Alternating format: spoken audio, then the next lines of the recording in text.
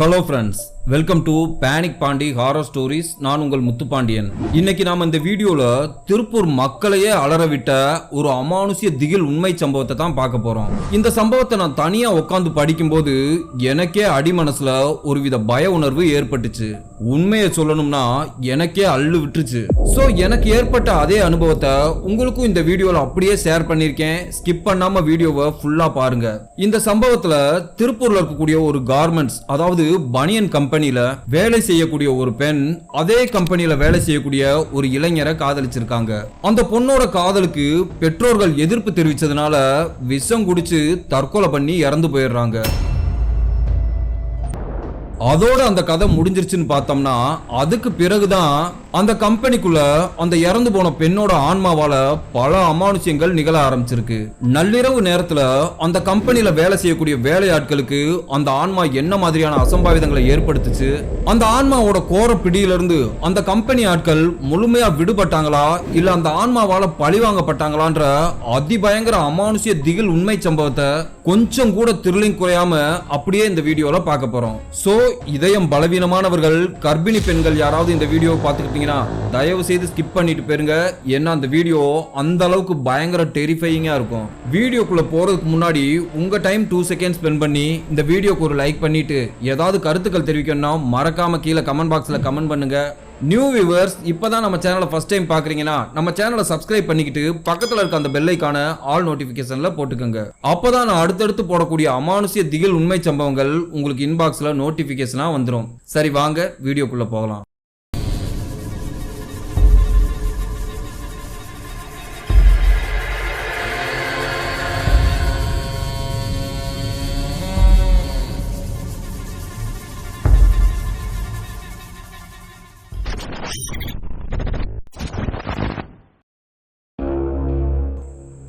இந்த அமானுஷ்ய சம்பவம் நான் இன்ட்ரோல சொன்னது மாதிரி 2005ஆம் ஆண்டு காலகட்டத்தில் திருப்பூர் செட்டிப்பாளையம் பகுதியில தான் நடந்திருக்கு. இந்த சம்பவத்தை வேல்முருகன்ற நம்ம சப்ஸ்கிரைபர் தான் நமக்கு ஷேர் பண்ணி இருக்காரு. இந்த சம்பவம் யாருக்கு நடந்துச்சுன்னு பார்த்தோம்னா வேல்முருகனோட நண்பர் வினோத்துக்கு தான் நடந்திருக்கு. வினோத்தும் வேல்முருகனும் திருப்பூர்ல இயங்கக்கூடிய ஒரு கார்மெண்ட்ஸ் நிறுவனத்துல டெய்லரா வேலை பார்த்துட்டு வந்திருக்காங்க. இவங்க ரெண்டு பேரும் டெய்லர்களா இருந்தாலும் நல்ல நண்பர்களா இருந்திருக்காங்க. இந்த சம்பவம் நடக்கும்போது வினோத்துக்கும் வேல்முருகனுக்கும் ஒரு 21 வயது இருக்குமா. திருமணம் ஆகாதவரா இருந்திருக்காங்க. அந்த கார்மெண்ட்ஸ் நிறுவனத்துல ஒரு 50ல இருந்து 60 நபர்கள் லேபரா வேலை பார்த்துட்டு வந்திருக்காங்க. அந்த நிறுவனத்துல தான் வேல்முருகனும் வினோத்தும் பிளாட் லாக் டெய்லரா வேலை பார்த்துட்டு வந்திருக்காங்க. இந்த வினோத்தை பத்தி சொல்லணும்னா வினோத்தோட சொந்த ஊர் பழனி. அவர் திருப்பூருக்கு வந்து 4 வருஷத்துக்கு மேல ஆயிருந்துச்சு. வினோத் அந்த கம்பெனிக்கு சாதாரண ஹெல்ப்பரா வந்து வேலைக்கு சேர்ந்து இன்னைக்கு படிப்படியா பெரிய டெய்லரிங் அந்தஸ்துக்கு வந்திருக்காரு. அதாவது அந்த கம்பெனில ரெடி ஆகக்கூடிய சாம்பிள் பீஸே வினோத் தச்சு தான் எக்ஸ்போர்ட்டுக்கு பையருக்கு போகுமா. வினோத் அந்த கம்பெனிக்கு பக்கத்திலே வாடகைக்கு வீடு பிடிச்சு 4 நண்பர்களோட சேர்ந்து தங்கி இருந்தாரு.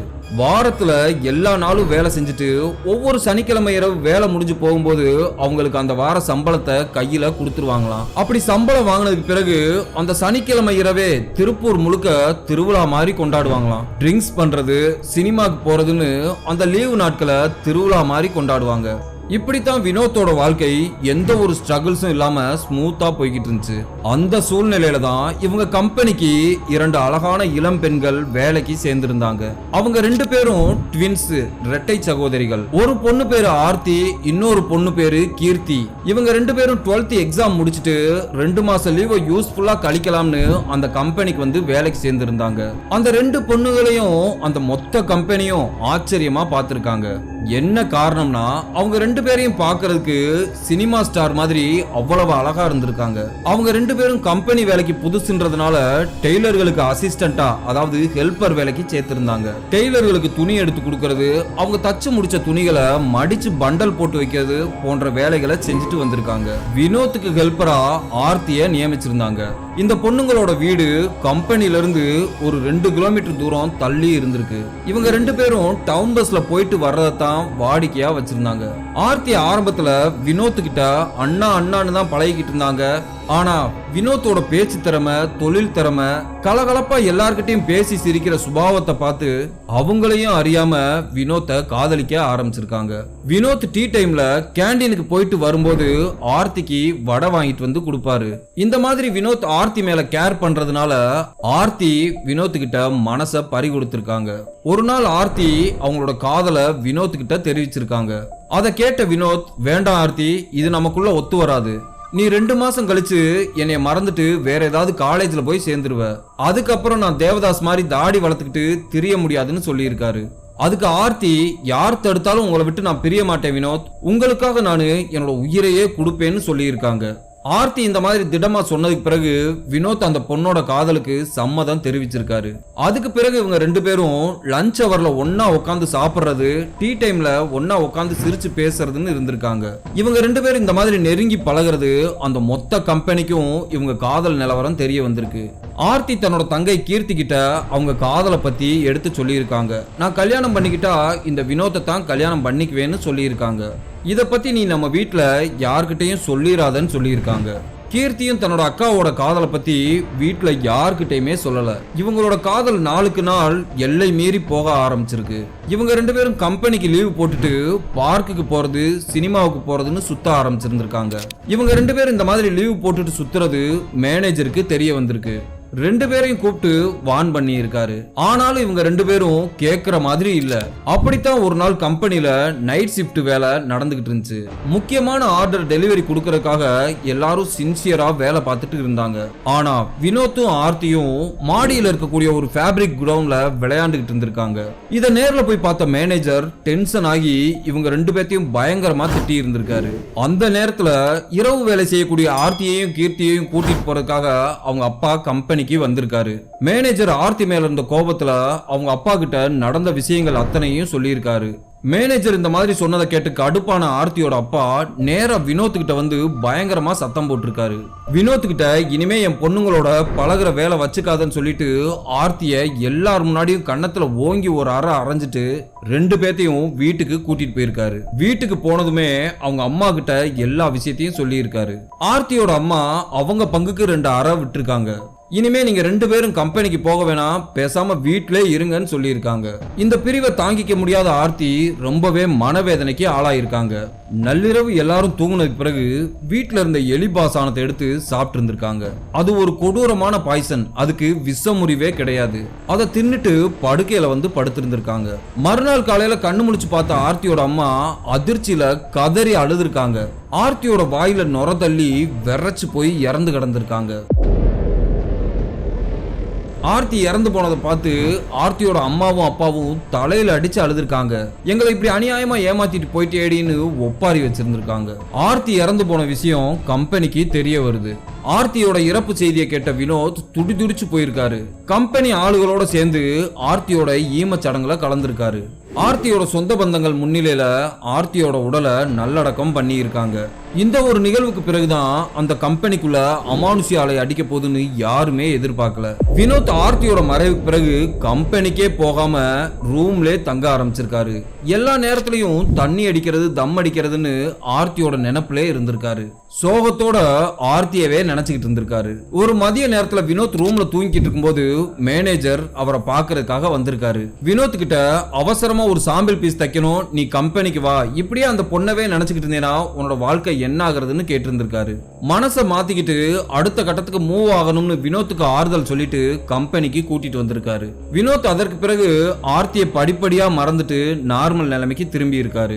ஒரு நாள் கம்பெனி முடிஞ்சு எல்லாரும் அவங்கவுங்க வீட்டுக்கு போயிருந்தாங்க. மேனேஜர் மட்டும் அவரோட அறையில உட்காந்து அக்கவுண்ட்ஸ் பார்த்துக்கிட்டு இருந்திருக்காரு. அப்போ திடீர்னு அவரோட அறைக்குள்ள ஜாதி மல்லிப்பூ வாசம் கமகமன்னு வீசி இருக்கு. அந்த வாசனையை முகர்ந்து பார்த்த மேனேஜர் சுத்தி முத்தியும் பார்த்திருக்காரு. அந்த நேரத்துல ஒரு பெண் மேல் மூச்சு கீழ் மூச்சு வாங்குற மாதிரி பயங்கரமா சத்தம் கேட்டிருக்கு. மேனேஜர் அந்த சத்தத்தை கேட்டுட்டு அந்த அறை முழுவதும் சுத்தி சுத்தி பார்த்திருக்காரு. அப்போ அந்த அறையோட ஜன்னலுக்கு போட்டிருந்த கட்டனுக்கு கீழே ஒரு பெண்ணோட கால் ஒண்ணு தெரிஞ்சிருக்கு. அவர் அந்த காலை பார்த்ததும் நம்ம கம்பெனில வேலை செய்யக்கூடிய பொண்ணுதான் யாரோ நிக்குதுன்னு நினைச்சாரு. ஏய் யாருமா வெளியே வான்னு கூப்பிட்டு இருந்திருக்காரு. இவர் கூப்பிட்டதுக்கு பிறகும் அந்த பெண் அசையாம சில மாதிரி நின்று இருந்திருக்கு. ஏய் யாருமா அது, கூப்பிட்டுக்கிட்டே இருக்கேன் அப்படியே அசையாம நின்னுகிட்டு இருக்கேன்னு கடுப்பாகி மேனேஜர் வேகமா போய் அந்த ஸ்கிரீனை விலக்கி பார்த்திருக்காரு. அதை பார்த்த மேனேஜர் அதிர்ச்சியில வாய் விட்டு கத்தி இருக்காரு. அந்த ஸ்கிரீனுக்கு பின்னாடி நின்றிருந்தது இவங்க கம்பெனில வேலை பார்த்து இறந்து போன ஆர்த்தின்ற பெண்ணே தான். கண்ணுல கருவிலேயே இல்லாம பற்கள்லாம் கார பிடிச்சு அகோரமா கத்தி இருக்கு. அதை பார்த்து பயந்து போன மேனேஜர் வேகமா அந்த அறையை விட்டு வெளியே போறதுக்கு முயற்சி பண்ணியிருக்காரு. அப்போ யாரோ பின்னாடி இருந்து ஒரு டைரியை எடுத்து அவர் தலையில அடிச்சது மாதிரி இருந்திருக்கு. அலறி கத்திக்கிட்டு வேகமா செக்யூரிட்டி கிட்ட போயிருக்காரு. இவர் இப்படி பதறிக்கிட்டு வந்ததை பார்த்து செக்யூரிட்டி என்ன சார் ஏதாவது ப்ராப்ளமான்னு கேட்டிருக்காரு. உள்ள என்னோட ரூம்ல யாரோ இருக்கிற மாதிரி தெரியுது, ஒரு நிமிஷம் நீ என் கூட வான்னு செக்யூரிட்டிய அவர் ரூமுக்கு கூட்டிட்டு போயிருக்காரு. அவரோட அறைக்குள்ள போய் சுத்தி சுத்தி பாக்குறாங்க, அங்க யாருமே இல்ல. செக்யூரிட்டி கிட்ட மேனேஜர் உள்ள யாரோ ஒரு பெண் இருந்த மாதிரி இருந்துச்சு, அதனாலதான் உன்னை கூப்பிட்டேன்னு சொல்லியிருக்காரு. அதுக்கு செக்யூரிட்டி மேனேஜர் கிட்ட சார் நான் கேட்டுக்கு பக்கத்துல தான் சார் உட்காந்துருக்கேன், எனக்கு தெரிஞ்சு யாருமே உள்ள வரல சார்னு சொல்லியிருக்காரு. நீங்க நைட் ஷிஃப்ட் தொடர்ந்து பார்த்து ரெஸ்ட் எடுக்காததுனால உங்க கண்ணுக்கு அந்த மாதிரி தெரிஞ்சிருக்கும் சார்னு சொல்லியிருக்காரு. செக்யூரிட்டி இந்த மாதிரி சொன்னதும் மேனேஜர் அவரோட அறையை பூட்டிட்டு வீட்டுக்கு கிளம்பி இருக்காரு. செக்யூரிட்டி என்னதான் அவரை சமாதானப்படுத்துறதுக்கு இந்த மாதிரி சொன்னாலும் அவர் பார்த்த அந்த காட்சி உண்மைங்கிறது அவருக்கு தெரிஞ்சிருக்கு. மறுநாள் காலையில வழக்கம் போல கம்பெனி தொடங்கி லேபர்ஸ் எல்லாரும் அவங்க வேலையை பார்த்துக்கிட்டு இருந்தாங்க. ஹெல்பர் பெண்கள் 2 பேர் மாடிக்கு போய் துணி ரோலை எடுக்கிறதுக்காக போயிருக்காங்க.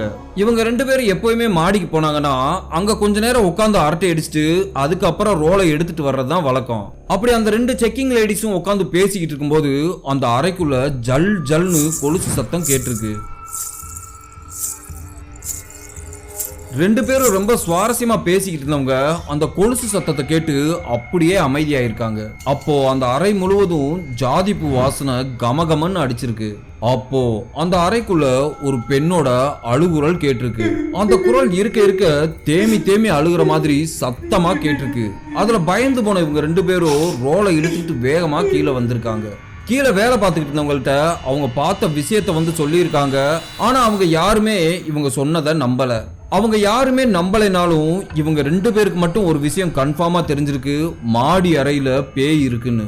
அதுல இருந்து மாடியில போய் தனியா ரோல் எடுத்துட்டு வர்றதையே தவிர்த்திருக்காங்க.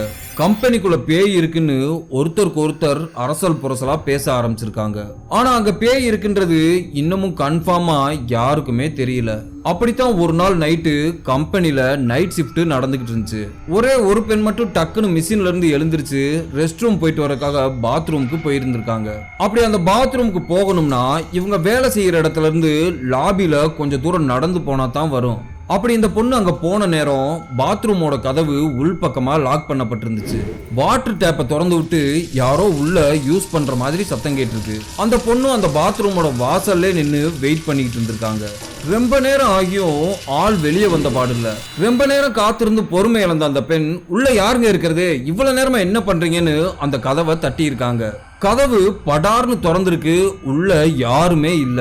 உள்ள தண்ணி வந்துகிட்டு இருந்த அந்த வாட்டர் டேப் க்ளோஸ் பண்ணப்பட்டிருந்துச்சு. அதை பார்த்து அந்த பொண்ணு பயந்து போய் வேகமா கம்பெனிக்குள்ள வந்து எல்லார்கிட்டையும் சொல்லியிருக்காங்க.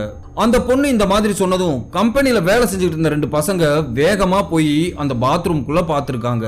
அந்த பொண்ணு சொன்னது மாதிரி அப்படி ஒரு அமானுஷ்யம் அங்க நடந்த மாதிரி தெரியல. திரும்பி வந்த அவங்க அங்க ஒண்ணுமே இல்ல, எதுக்கும் பயப்படாதீங்கன்னு சொல்லி அந்த பொண்ணை சமாதானப்படுத்தி இருக்காங்க.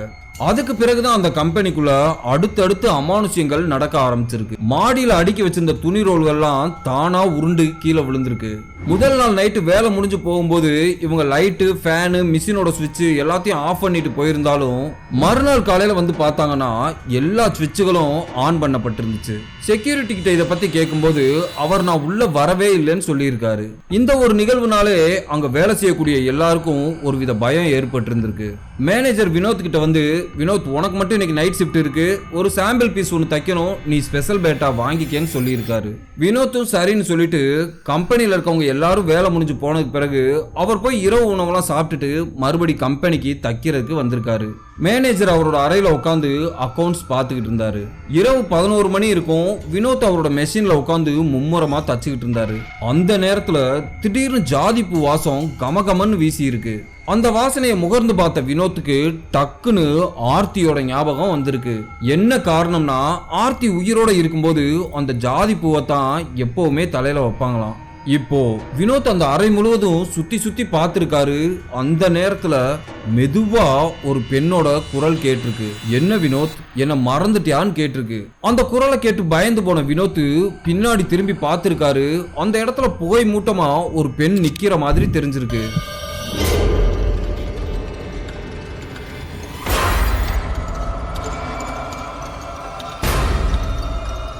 வினோத் அவரோட கண்ணை கசக்கிட்டு உத்து பாக்குறாரு. அங்க நின்றிருந்தது இறந்து போன பெண் ஆர்த்தியே தான். அந்த உருவம் கொலுசு சத்தத்தோட வினோத்தை நோக்கி நெருங்கி வந்திருக்கு. வினோத் அலறி கத்திக்கிட்டு வேகமா மேனேஜரோட ரூமுக்குள்ள ஓடி இருக்காரு. வினோத் பதறிக்கிட்டு வர்றதை பார்த்த மேனேஜர், என்ன வினோத், என்னாச்சு, ஏன் இப்படி பதறிக்கிட்டு வர்றன்னு கேட்டிருக்காரு. அதுக்கு வினோத், சார், இறந்து போன ஆர்த்தி வெளியே நிக்கிறா சார்னு சொல்லியிருக்காரு. வினோத் இந்த மாதிரி சொன்னதும் மேனேஜருக்கு டக்குன்னு ஒரு விஷயம் புரிஞ்சிருக்கு. நம்மள அன்னைக்கு ஒரு உருவம் பயமுறுத்துச்சுல, அதே உருவம் தான் இன்னைக்கு வினோத்தை பயமுறுத்தி இருக்குன்னு புரிஞ்சுக்கிறாரு. உடனே மேனேஜர் வினோத் கிட்ட, தச்சது வரைக்கும் போதும், மீதிய காலையில நேரத்துல வந்து தச்சுக்கலாம், இப்ப நம்ம கிளம்பலாம்னு சொல்லிட்டு கம்பெனியை பூட்டிட்டு 2 பேரும் கிளம்பி இருக்காங்க. மறுநாள் காலையில கம்பெனி வழக்கம் போல இயங்கிக்கிட்டு இருந்திருக்கு. எல்லாரும் வேலை செஞ்சுக்கிட்டு இருக்கும்போது மதியம் 12 மணி அளவுல சரஸ்வதின்ற பெண் மட்டும் மாடியில போய் எதையோ எடுக்கிறதுக்காக போயிருக்காங்க. அந்த அறைக்குள்ள போனதுமே அந்த பெண் ஒரு வித குளிர்ச்சியை உணர்ந்திருக்காங்க. எப்பவுமே அந்த அறை பயங்கர ஹீட்டா தான் இருக்கும். ஆனா அன்னைக்குன்னு பார்த்து அந்த அறை வழக்கத்துக்கு மாறா பயங்கர குளிர்ச்சியா இருந்திருக்கு. காத்துல அதே ஜாதி மல்லிப்பூ வாசனை. அந்த வாசனையை முகர்ந்துட்டு நிமிந்து பார்த்த அந்த பொண்ணு ஏதோ ஒரு உருவத்தை பார்த்து பயந்துருக்காங்க. அந்த இறந்து போன அந்த பெண்ணோட ஆன்மா அந்த பொண்ணுக்கு பக்கத்துல நெருங்கி வந்திருக்கு. அதிர்ச்சியில உறைஞ்சு போய் நின்ற சரஸ்வதியோட உடம்புக்குள்ள அந்த ஆன்மா புகுந்திருக்கு.